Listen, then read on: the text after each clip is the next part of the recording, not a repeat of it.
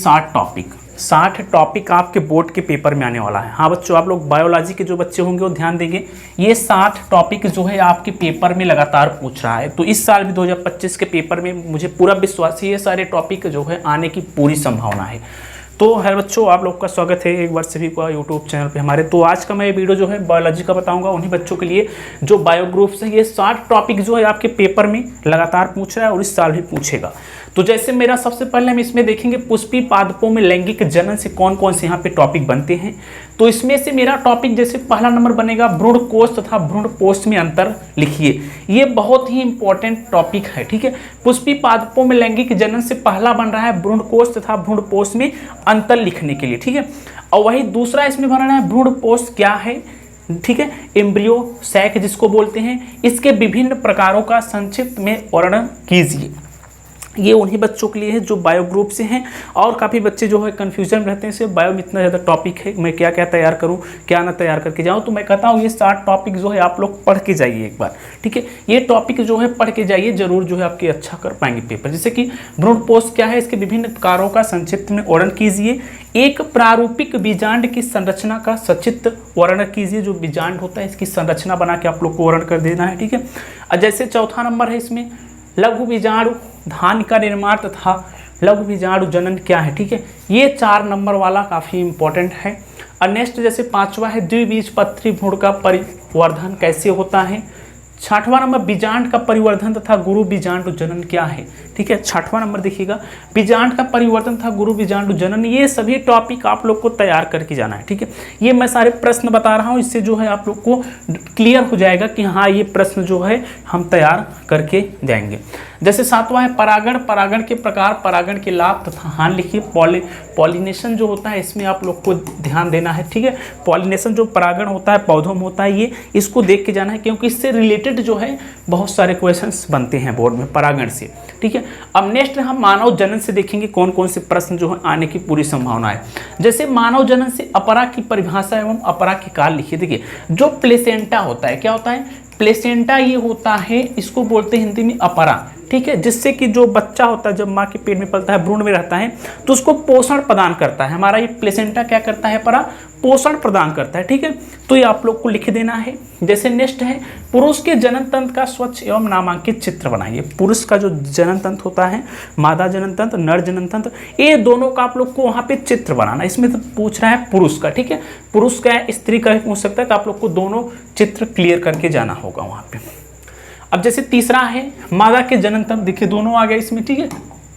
तो चित्र वाले दोनों नर जनन तंत्र मादा जनन तंत्र दोनों आप लोग तैयार करके जाइएगा वहाँ पे।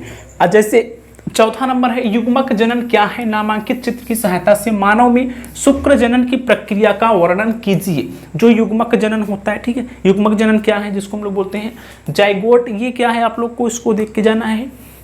5वां नंबर जैसे मानव में अंडाणु जनन की प्रक्रिया का सचित्र वर्णन कीजिए, ये भी काफी इंपॉर्टेंट है।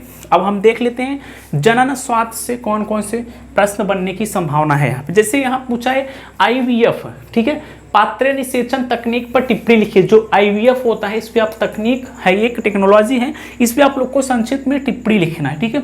और जैसे नेक्स्ट है दूसरा जनसंख्या विस्फोट एवं निवारण है, तो निबंध लिखिए। जो जनसंख्या विस्फोट यानी कि लगातार जो है जनसंख्या बढ़ रहा है उसके बारे में क्या हम लोग राय देंगे, क्या निवारण हो सकता है, उसको आप लोग को निबंध इस पर लिखना, ठीक है।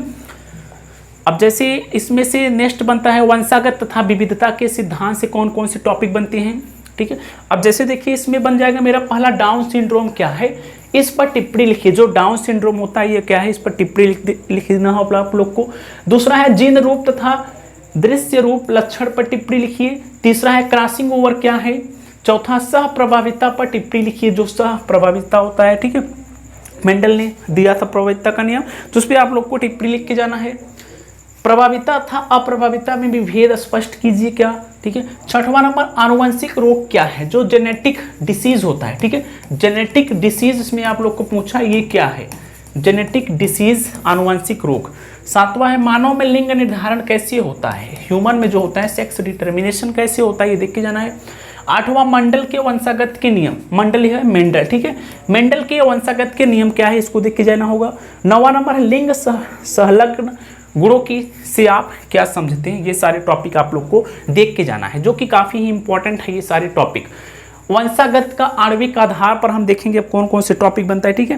वंशागत के आणविक आधार पे जैसे इसमें पहला मेरा टॉपिक बना है डीएनए तथा आरएनए में अंतर स्पष्ट कीजिए। काफी मोस्ट इंपॉर्टेंट क्वेश्चन डीएनए तथा आरएनए, क्योंकि यह क्वेश्चन लगातार पूछ रहा है, ठीक है। डीएनए तथा आरएन बार बार क्वेश्चन जो है पूछ रहा है बोर्ड के पेपर में।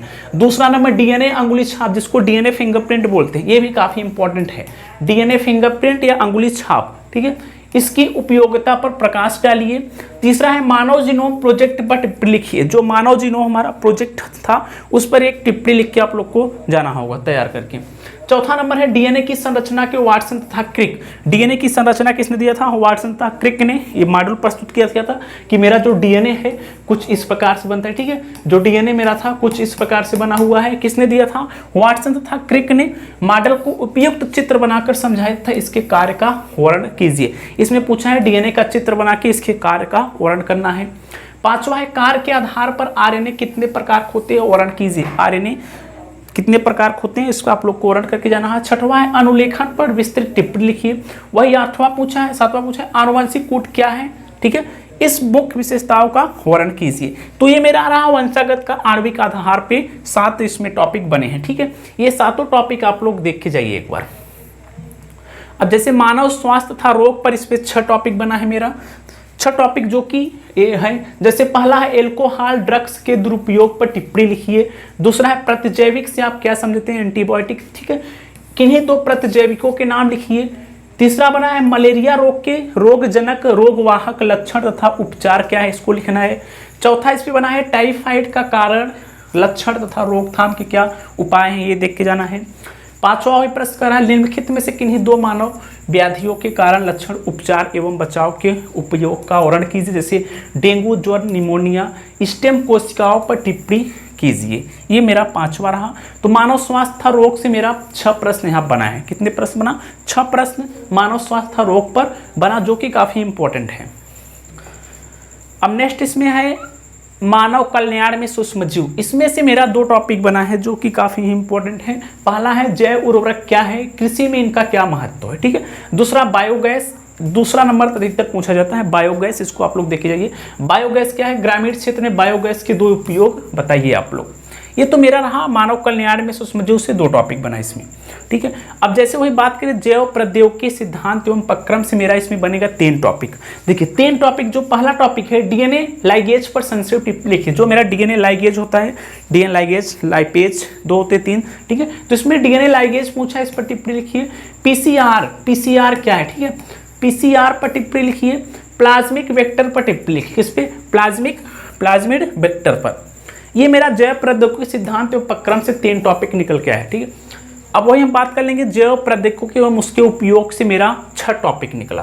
कितना निकल के आया, 6 टॉपिक। जैसे पहला मेरा है जैव प्रौद्योगिकी के कृषि क्षेत्र में क्या उपयोग है। दूसरा बीटी कपास पर टिप्पणी लिखिए, किस पे पूछा है, बीटी कपास पे टिप्पणी लिख जाइएगा। तीसरा है बायो पायरेसी पर उदाहरण से टिप्पणी लिखिए। चौथा वही बात कर रहा है जैव प्रौद्योगिकी का मानव स्वास्थ्य के क्षेत्र में अनुप्रयोग लिखिए। ये सारे प्रश्न इसको आप लोग को देख के जाना है, उत्तर इसका आप लोग को देख के जाना है। मैं इसमें सिर्फ प्रश्न बात कर रहा हूँ, ठीक है।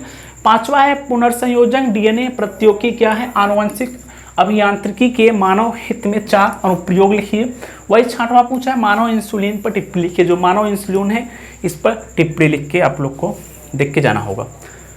अब जैसे जैव विविधता एवं संरक्षण के आधार पर मेरा ये 4 टॉपिक बना, ठीक है। 4 टॉपिक इसमें बना जैव विविधता एवं संरक्षण के आधार पर 4 टॉपिक। पहला है आईयूसीएन था WWF का पूरा नाम क्या है, ठीक है। संकटग्रस्त अन्न प्रणालियों से आप क्या समझते हैं, संक्षिप्त में वर्णन कीजिए। तप्त स्थल हॉट स्पॉट पर टिप्पणी लिखना है। जैव विविधता की परिभाषा लिखिए। तो इस पर मेरा कितने टॉपिक बना, 4 टॉपिक बना। 4 टॉपिक मेरा जैव विविधता एवं संरक्षण के आधार पे। तो ये जितने भी मैं अभी टॉपिक वाइज आप लोग को बताया काफ़ी ही मोस्ट इंपॉर्टेंट है। ये सभी आप लोग जो है पढ़ के जाइएगा, ठीक है, पढ़ के जाइएगा। 7 टॉपिक इसमें से मैं पूरा बताया, कितने 60 बताया। अगर आप लोग 60 तैयार कर लेंगे, 60 टॉपिक तैयार कर लेंगे तो आप लोग जो है अच्छा स्कोर कर सकते हैं। तो ये क्लास 12th वालों का था बायोलॉजी का, तो इसको आप लोग देख के जाइए, ठीक है। मिलेंगे हम लोग नेक्स्ट वीडियो में। अगर वीडियो पसंद आया तो वीडियो को शेयर करिए दोस्तों के साथ। चलिए।